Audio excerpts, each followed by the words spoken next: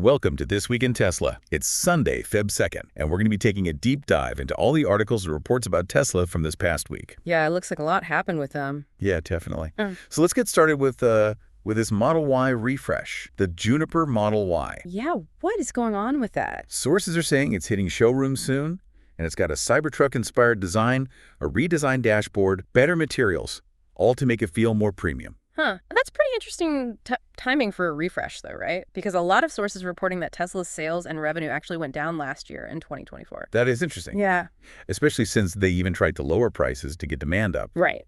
But one article said that even though sales went up a little bit in China, their market share actually went down in North America and Europe. Yeah, and you gotta figure that some of that is because there's just more competition now. Yeah. There are reports that Cupra, that Spanish automaker, is finally coming to America, and they're going to be directly going after some of Tesla's market share. So what's Cupra bringing to the table? Well, it sounds like they're not just doing electric vehicles. Yeah. They're also going to have hybrid and gas-powered models. And it seems like they're going to be pretty traditional with their approach. You know, they're going to have showrooms in big cities. They're going to really focus on their brand and on engaging with customers. That's really different from how Tesla does things. Yeah. With their whole direct-to-consumer model. Exactly. It'll be really interesting to see how American car buyers react to that. Yeah. And on top of all that, Cupra is planning on making their cars here in the U.S. They want to change some of their models to better fit what Americans like. And they think that's really going to help them compete. Interesting. So we've talked about new models.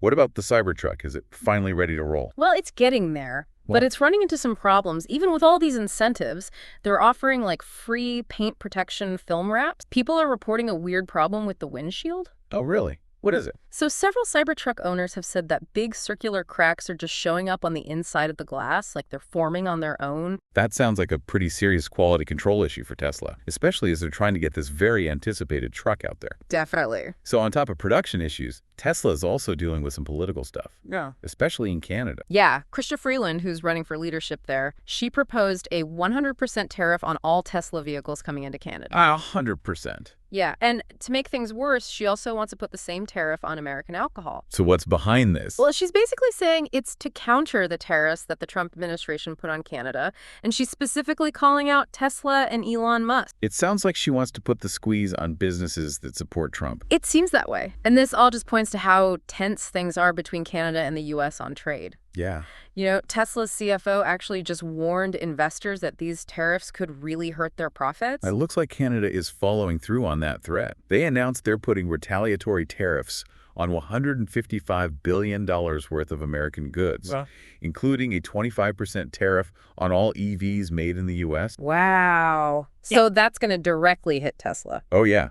And all the other American car companies, too, like Ford and GM, Rivian, Lucid, all of them. And, you know, they also just ended that federal rebate program for EVs up there. The IZEV program. Yeah, that's the one. So between that and the new tariffs, EVs are going to get a whole lot more expensive. So even with all this going on, Tesla is still pushing ahead with new projects. That's right. Like they're starting a robotaxi service in Austin, Texas. Oh, right. Yeah. They're saying it's going to be up and running by June. Wow, that's really soon. Yeah.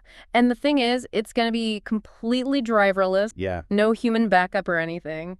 And it'll be running all over the city. That's a pretty bold move. Yeah, they're even comparing it to Airbnb. Interesting. So how does that work? Well, I guess we'll have to wait and see how it all shakes out. True. But it's important to remember that Tesla's not the only one in this game. They've got some serious competition from companies like Waymo, who already have driverless cars on the road in some areas. Right. And it seems like Tesla's really trying to get people to use their self-driving technology. How so? They're giving insurance discounts to drivers who use their full self-driving software in Texas and Arizona. Really? Yeah, they're calling it supervised, full self-driving. But if you use the system at least half the time, you can get up to a 10% discount on your premium. So they're basically saying, hey, trust our tech. It's so safe, it'll save you money on insurance. Exactly. And with their robotaxi service coming soon, this could be their way of showing everyone that their self-driving technology is the real. That makes sense. Speaking of full self-driving, did you hear about that Model S Plaid that sold for $47,000? Wait, really? That's like $100,000 less than it cost new? Yeah. It was a 2021 model.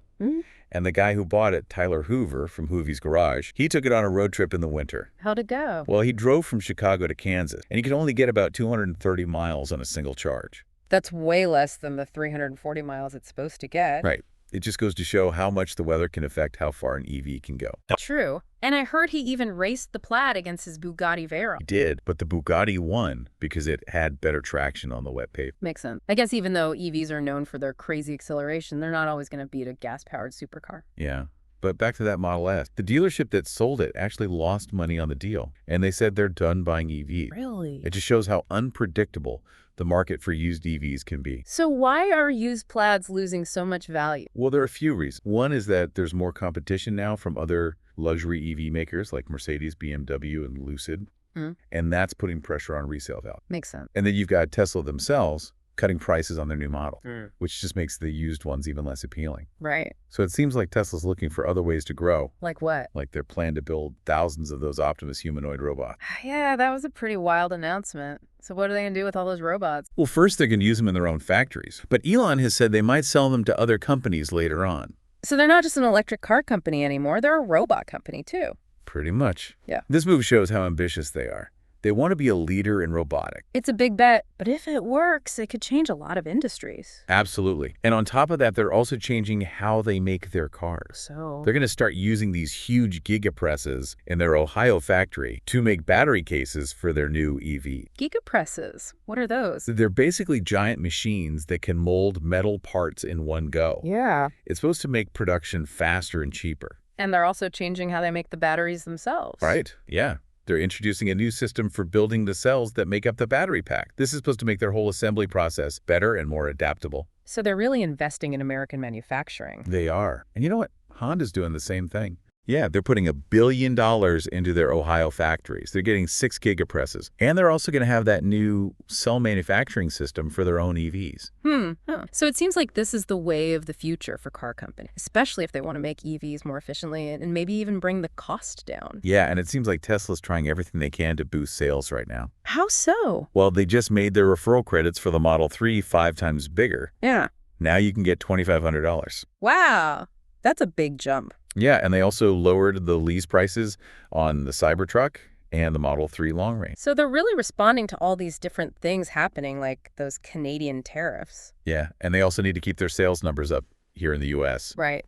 So what else is new in the car world? Well, there's been some interesting news in the semiconductor industry. Oh, yeah. Like what? Melius Research, which is an analyst firm, they downgraded AMD. Advanced Micro Devices. Yeah, they went from buy to hold because they're worried about AMD's position in the server and PC markets. Why are they worried? Well, NVIDIA is getting really big, especially with their new ARM-based CPUs that are designed for AI. Right. They're in everything these days. Yeah, and that's seen as a threat to AMD. And there's also the issue of more and more companies making their own customs. Right, plus NVIDIA is moving into the server market, which could hurt AMD's by 86. So there are a lot of challenges.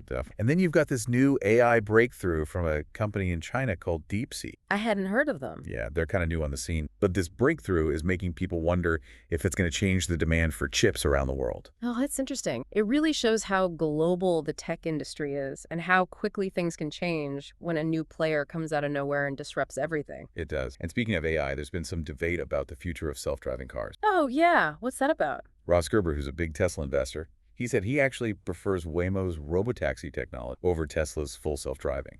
It just goes to show how much competition there is in the self-driving world, and that not everyone agrees on the best way to do it. And the technology's still changing all the time, so it's really anyone's guess who's going to come out on top. Exactly.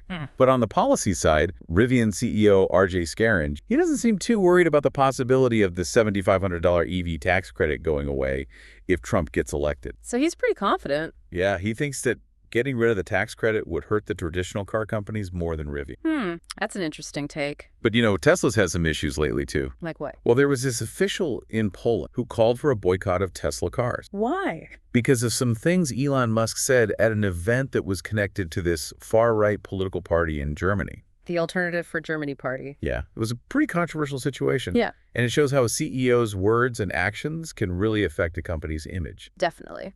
So overall, it sounds like Tesla's facing a lot of pressure from different directions. They are. But you got to remember that the EV market is still young. It's changing all the time. Yeah. New companies are popping up. Technology's getting better. People's tastes are evolving. It'll be interesting to see how Tesla adapts and stays ahead of the curve. Yeah, for sure. Because one thing's for sure, Tesla's always in the news. They're always pushing boundaries. And they're always going to be a company that people are talking about. So, you know, we were talking about that Model S Plaid that sold for way less than it originally cost. Yeah, what a story.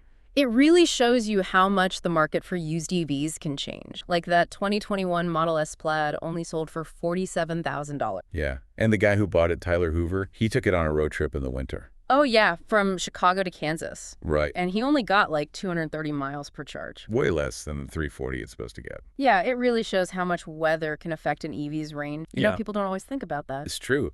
And, he even raced the Plaid against his Bugatti Veyron.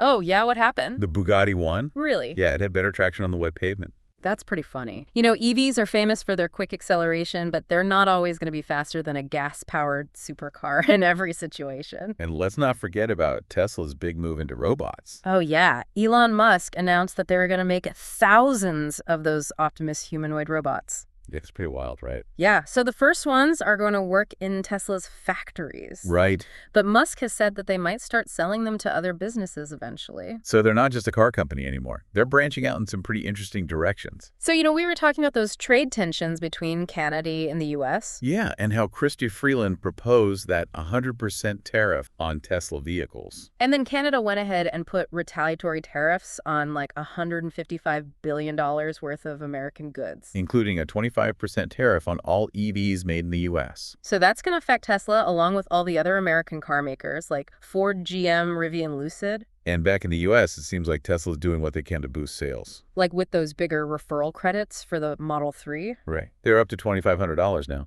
That's a pretty big incentive. And they also lowered the lease prices for the Cybertruck and the Model 3 long range. And then there's all that stuff happening with AM. Oh, yeah, what's going on there? Melius Research downgraded them from buy to hold. Because of NVIDIA, right. Yeah, they're worried about NVIDIA's growing dominance in the market, especially with their new ARM-based TPUs. And there's that whole trend of companies making their own custom chips now. Plus, NVIDIA's moving into the server market, which could hurt AMD's x86 business. It's definitely a tough time for AMD. So shifting gears back to self-driving cars. Remember Ross Gerber, the Tesla investor? Yeah, what about him? He said he actually prefers Waymo's robotaxi technology over Tesla's full self-driving. It's interesting how everyone has their own opinion on which system is better. And then there's Rivian CEO RJ Scaringe. He's not worried about the possibility of the $7,500 EV tax credit going away if Trump gets elected. He seems pretty confident that Rivian can handle it. But Tesla's been facing some challenges too. Like what? A Polish official called for a boycott of Tesla vehicles because of some things Elon Musk said at an event that was connected to this far-right political party in Germany.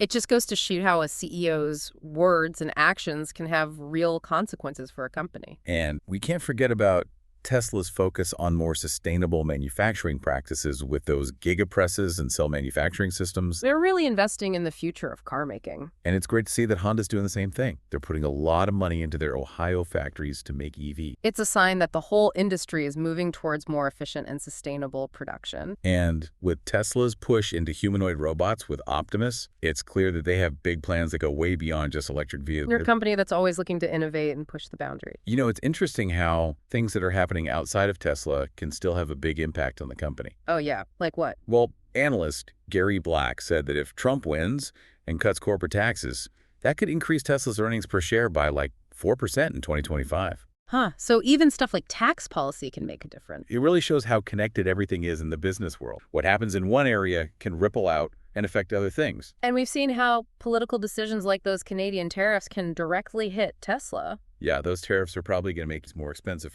which could hurt Tesla's sales. It's a good reminder that even a big company like Tesla isn't immune to global politics and trade wars. So let's go back to that Model S Plaid that sold for so much less than it originally cost. Yeah, it's kind of a crazy story. It really shows how quickly the EV market has changed. Like that 2021 Model S Plaid only sold for $47,000. It makes you wonder what EVs are going to be worth in the long run, especially the high-performance ones. Yeah, it's something for potential buyers to think about. But, on the other hand, the fact that you can even get a high-performance EV, like the Model S Plaid, for that price shows how far the technology has come. That's true. A few years ago, a car like that would have been unheard of. And as battery technology keeps getting better and production costs go down, we can probably expect even more affordable high-performance EVs in the future. Before we wrap up, I want to talk more about Tesla's move into humanoid robots with Optimus. Yeah, what do you think about that? I think it's fascinating. The idea of robots working alongside humans in factories, hospitals, all sorts of places, it's really captured people's imaginations. It brings up a lot of questions, though, like what's going to happen to jobs? What are the ethics of using AI? How is this going to change society? Those are all really important things to consider as this technology develops. Absolutely. Well, that brings us to the end of our deep dive into This Week in Tesla. It's been a wild ride. Lots of news, insights, and discussions. From production updates and sales figures to political challenges and new technologies, Tesla never slows down. It's going to be really interesting to see how they navigate everything that's coming their way. The EV market is changing so fast, plus there's all the geopolitical stuff, and then the technology is always evolving. One thing's for sure, Tesla's going to keep making headlines. They're going to keep pushing the boundaries, and they're going to keep people talking. We'll be back tomorrow to keep you updated on all the latest. See you then.